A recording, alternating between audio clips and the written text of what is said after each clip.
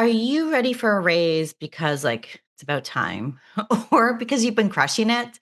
I've got you covered with a four-step plan and sample scripts ready for you to use at the negotiation table with your manager. So, no awkwardness, no second guessing, just you going into a meeting with your boss, confident and prepared. Stay tuned. I'll see you on the other side.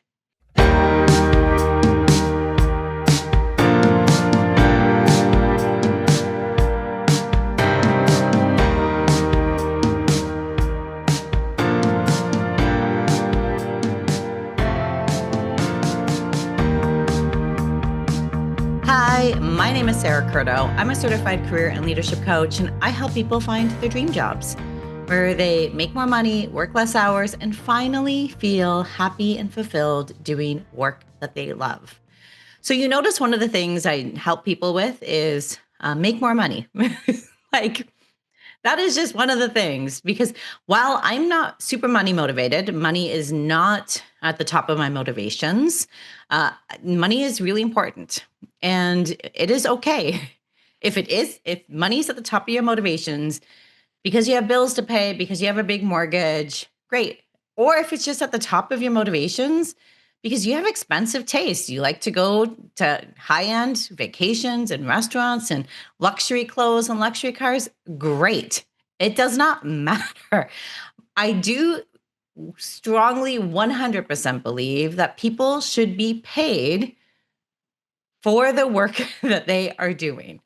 And in my experience, being in this career space for 20-ish years now, is I see that salaries have not increased to the same extent that living expenses have raised. Does that make sense? The wording. The salary should be more. That's just plain and simple. That's what they should be. So I'm here for you to ask for a raise. Now, I do have more resources on this as well, on negotiation and things like that. So I definitely recommend you take a look in my channel. While you're at it, hit subscribe because I drop a new video here every week. But welcome, welcome, welcome. Let's get you some more money. Okay. So I follow a four-step plan because I like plans. Makes me feel safe, deals with my anxiety and my nerves. I know what to do. So I'm going to tell you the plan that I created that I don't even know countless clients have used to successfully ask for a raise. So step number one is do your research. Like you need to know your worth in the market. And it kind of also helps to figure out your company's compensation strategy. So there are companies and industries where part of their comp strategy, that's the fancy way of saying compensation, is to overpay, pay more than market. Pharma is like a classic one in that industry. They not always, not every pharma company, but as an industry as a whole, they generally pay above market. And so we would love to find companies like that, but you want to know. There are other companies who will pay at market or a little bit below market, but their incentive strategy, so their bonus strategy, is very aggressive and very lucrative, so that it more than makes up for their at market or just below market salary strategy. And then there are companies where their strategy is just to pay below market and not necessarily have good bonuses. Quite frankly, I don't understand the strategy. I don't like doesn't make much sense to me, but that's their strategy. That's what they do. So I would take a look to see where your company is generally in terms of are they paying at market, above market, under market? And you also want to do it for your specific role across all industries and across a greater, a larger location and the geographical location, and then a specific one. Now, you're probably wondering, okay, how do I find out this information? There are four main tools that I have continued to use time and time again. And I even just did some research again before this video just to make sure that these are some of the good ones. And I still think that these are the best, most reliable, not perfect, but they're reliable. So Glassdoor, Indeed Pay, PayScale, and LinkedIn Salary Insights. I would recommend trying to do your geographical location. So if you're in the Greater Toronto area, you do want to look in the Greater Toronto area. If you're in Toronto proper, you want to do in Toronto proper because there is a discrepancy between the areas, the cities around Toronto and Toronto itself. There's usually a little bit of a pay disparity there. And again, depending on their strategy, if they're trying to attract Toronto people, they'll have the same Toronto salaries. If they are trying to attract local individuals, they probably will pay lower than Toronto itself. So there's just certain things, and like every city is like that. Toronto's not unique in that. So doing your salary research is super key. Okay. So when you're on these platforms, I want you to be searching based on the role. On industry is also really good because each industry, like I mentioned, has its own compensation strategy, location, and ideally experience level. Some of them do allow you to do that. And then I would gather a range, low, medium, and high, so that you have this a perspective of what's going on. And I think a quick tip is take screenshots, take notes, because in your conversation, they might actually, like, if you reference it, they might want to see it. So then it's easy just to pull up to show them. Okay. So step number one is do your research in terms of what your salary should be. Step number two is look at your accomplishments. We want to get crystal clear on the value you bring. Now, I know sometimes this is really hard. So here are some questions. Here are some questions that you can ask yourself to help you with this. Number one is what is the scope of your role and who do you help or support? Now, second question is can you quantify any of the results, like saving time, money, or an improving performance? So saying you save time, saying you save money, saying you improve performance are great. They're qualitative results. So we want to start with that. And then any you can quantify is even better. You also want to take a look at question three is what praise have you received from others, like peers, clients, business units that you work with, managers. And then we shape our accomplishments into a quick story using the formula background, action, result. And if this sounds familiar, because you've prepared for interviews, yeah, storytelling works outside of the interview room too. Telling stories makes it resonate more with the listener. So storytelling still really helps. Now, here's a sample script for you to use with this. Okay, let me take a look. Over the past year, I've led the onboarding process for new clients, cutting the average ramp up time from 3 weeks to just 10 days. I also received direct praise from the director for creating new client templates that streamlined our workflow. So you may want to expand that a little bit more with some of the details, like some of the background and the action and the results. But even just that in a nutshell, depending on your manager, would be impactful. So you can sort of copy and paste and like insert your accomplishments and your results into that script. And I think you should write out 2 to 3 of those examples and you'll use them to back up your raise request. Okay, so step number two was looking at your accomplishments. Step number three is looking at your previous performance reviews. Your last performance review is a gold mine. So I want you to ask yourself, did you accomplish the goals that you and your boss set for you? What did your manager or peers acknowledge about you throughout that year? How have you gone above and beyond what was expected in previous years and in this year based off of the goals that you set out for yourself? And how have you contributed to the company's broader goals? So, how has your work helped the company achieve what it has been wanting to achieve. So here's a sample script that you can use to bring this up in that raise negotiation. In our last review, we set the goal of reducing customer support escalations. I implemented a new feedback loop with the support team, which helped decrease escalations by 30%. So you see, we are reminding them of the goal. We're talking about how we address the goal and we address the result of the goal. That's a quick background action result. It's a one-liner. Background is the goal. Action is the feedback loop. And then the result is the decreased escalations by 30%. So it's taking the bar and doing it in 1, 2, 3. Bam, bam, bam. Super quick, super effective. Now, what this shows is that you have made measurable progress and you're aligned with what your company cares about.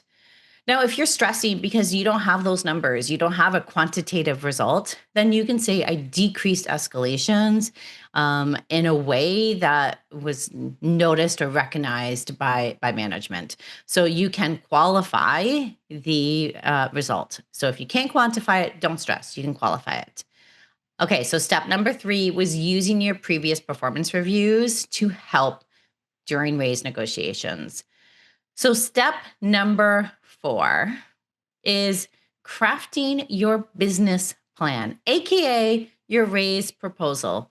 So you notice I'm talking about this as a business plan. This is a serious ask.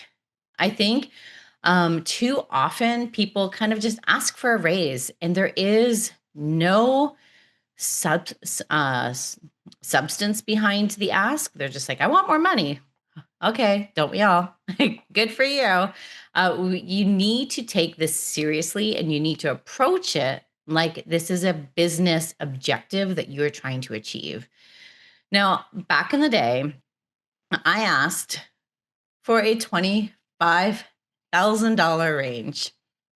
I had a sales partner who left and I had to take on the responsibilities and their salary was quite a bit more than mine. So I asked for $25,000 and I crafted a business plan and I presented it to the partners. Now, I did not get $25,000, but I did get $15,000. Like crazy. And I think a large portion of the success was that I like really went about it in a unique and business focused way. Like really presented it as this is why, not why I deserve the money, why it makes sense for you strategically to be giving me this money. So I do have a structure for you to follow. So do not fret, do not worry. And the purpose of this is to have a clear and confident pitch that you can deliver verbally and then in written form. Okay, so number 1 is what is the goal or issue? And then here's a sample script for that. I wanted to speak with you today because I've grown significantly in my role and have consistently exceeded the goals we've set. Number 2, what is your proposed solution? I'd like to revisit my compensation to reflect the impact I am having. Number 3, how have you helped the company? Since taking on new responsibilities, I've delivered results like decreased escalations by 30%. Like insert the bullet points from earlier, your accomplishments and from the review. Number 4, how will you continue to help? I'm committed to continuing this momentum, especially as we head into an upcoming quarter, project, or initiative as you approach something. And then what are you asking for? Based on my research and performance, I believe a raise to 75 grand to 100 grand, or I believe a raise of $10,000 or 10% or 5%, whatever it is, you can give a expected end salary, a number to raise it or a percentage to raise it is appropriate.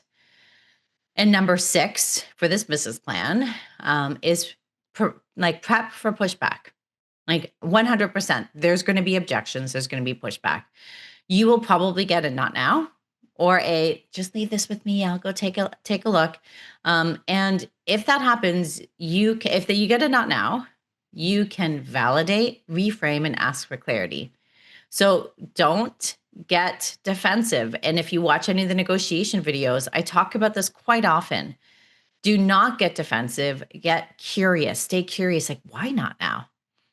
And if you struggle with this, you can get confused. Like why not now? Like it's similar, but confusion has that little bit of derision in it. And sometimes it's easier to grasp onto when we're angry and defensive and annoyed. So you can go to confusion because it still leads you to asking questions, but curious is the best. If you gotta just leave it with me, then curious. Excellent. So, what would your next steps be? And what would you need from me to help make this happen? And do you have an anticipated timeline on when you'd get an answer by? So, staying curious and asking for more and probing questions. And one thing I do really want you to remember, um, oh, before, I do have another script for you for an objection.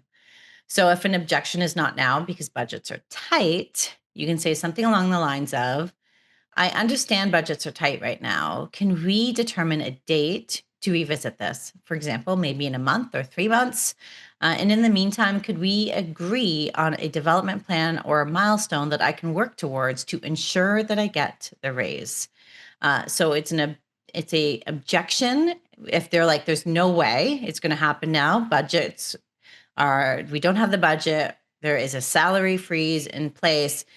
We're getting clarity, we're getting a little bit of assurance that this is not a done deal, that this can happen. Still, it can still happen. So, the big takeaway here is a lot of people don't ask for a raise because maybe they think if they deserved it, they would be given it. No, companies don't always do that. It's not always on the forefront of their mind to give people raises unless they have an established yearly annual performance review where then they give 0 to 5% of a raise to everybody, and that through the performance review kind of gets picked. Otherwise, it very rarely actually happens, and a lot of companies are a little fly by the seat of their pants with it. The second reason why people don't ask is they think asking for a raise is pushy. And they don't want people to think they're greedy or not grateful for the job that they do have. And it isn't. It is not pushy. It is not you being ungrateful. It's you being professional. In a professional setting, like, do you think companies, like, look at groceries and how much food has increased? Do you think that the pricing teams and like the senior leadership teams are really that worried about you having thoughts about them raising the prices of eggs and milk and all of that stuff? No, they're just doing it because they have a profit margin goal that they have set out, and so they are just matching that. It's a professional, it's a strategic business decision, so it can be that for you too with the right mindset, because you're not really just asking for more money. Like, you are making a case for your value, for your growth, and for your future with the company. But we can't just go in and ask for a raise during our normal one on one. You want to be prepared. You want to be clear. You want to be confident. You want to go into the one on one and say, I think it's about time we have a discussion about my salary. Can we schedule a separate call so that I can discuss what kind of raise I'd be looking for? You can also send it as an email as well. I think it deserves its own conversation. I don't think it deserves to be shoehorned into another meeting. Now, I want you to know you've got this. You've got this with this. You've got this with these negotiation videos that will help you. Let me know in the comments that you're going to ask for it. Give yourself a deadline in the comments. Say, I'm going to ask for a raise by the end of the year. And then let's work on making that happen. Now, if you have found this video, don't forget to like, subscribe, and share it with a friend who might need it too. Drop any questions or success stories in the comments. I love hearing from you. Take care. Have a great day. Bye. If you liked this video, then I invite you to join me in the Find Your Dream Job program, where you work less, make more money, and finally feel fulfilled doing work that you love. Find out more at www.sarahcurto.ca/CYLA. See you there.